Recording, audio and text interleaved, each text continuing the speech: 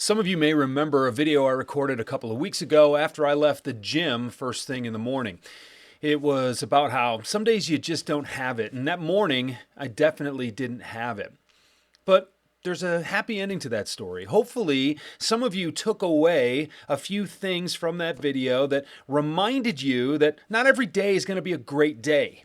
You're not going to be able to bring your best every single go round, and you have to keep things in perspective. But what I want to tell you is about what happened a few days later, just a few days later. Now, many of you know, because I rave about it all the time, that I'm a proud member of the Orange Theory fitness cult.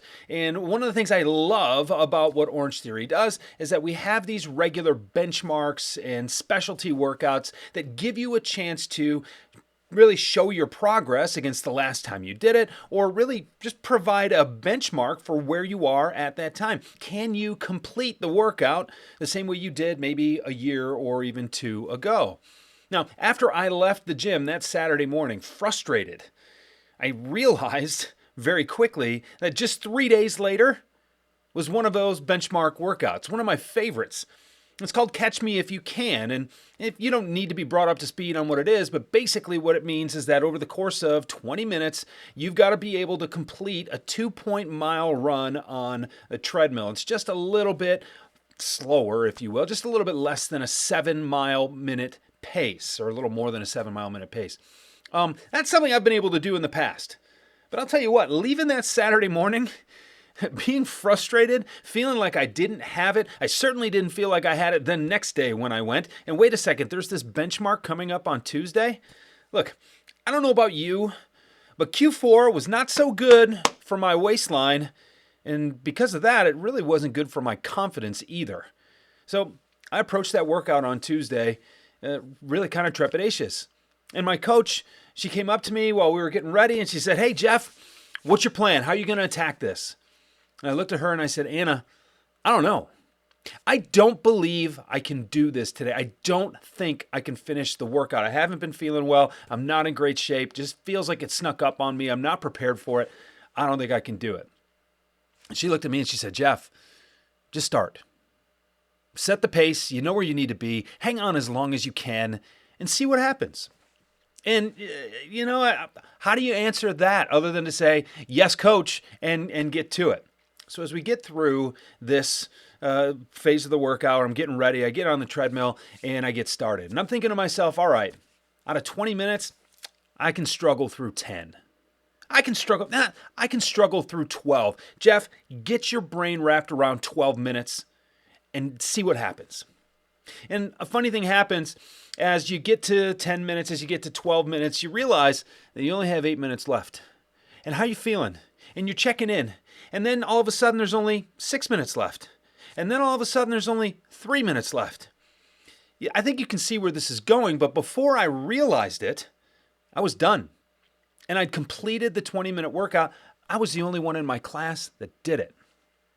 Now, I'm not the only one in the studio that did it that day. I'm sure there were other people. I'm not some gifted physical specimen, I think you can tell. But the moral here is that good things happen when you just set your mind to getting started. Good things happen when you set a reasonable goal and then choose to reassess after that. Good things happen when you believe in your ability to do things that you don't always think that you can do. But you're curious enough, you're willing enough to get started, to push start, to press go, to sit down at your computer, to pick up the phone, whatever it is that you need to do, and just go with it. All the negative self-talk, you're never going to completely eliminate it. It's one of the things that makes us uniquely alive. Stephen Pressfield talks about the resistance and how there's always some universal force trying to conspire against you and hold you back from your greatness. The only way you can effectively combat that resistance is by getting started. Sit down. Turn professional, show up every day like it's your job, because in many cases it is, and get to work. You may be surprised at what you can do. Now, what's the moral here? What's the takeaway? Am I just sitting here bragging about how I can run on a treadmill? No. The recovery from that was a little longer and a little tougher than I would like it to have been, but I proved something to myself. And the confidence that comes from accomplishing something that you don't think you can do, but knowing that you did just because you set out to do it, carries a lot of weight with it. Are you willing to put yourself in position to do hard things? Are you willing to learn from the experience whether or not you complete your mission? That's what growth looks like. That's what we're all here to do. And that is the key to a sustainable and sustained sales career with a lot of success.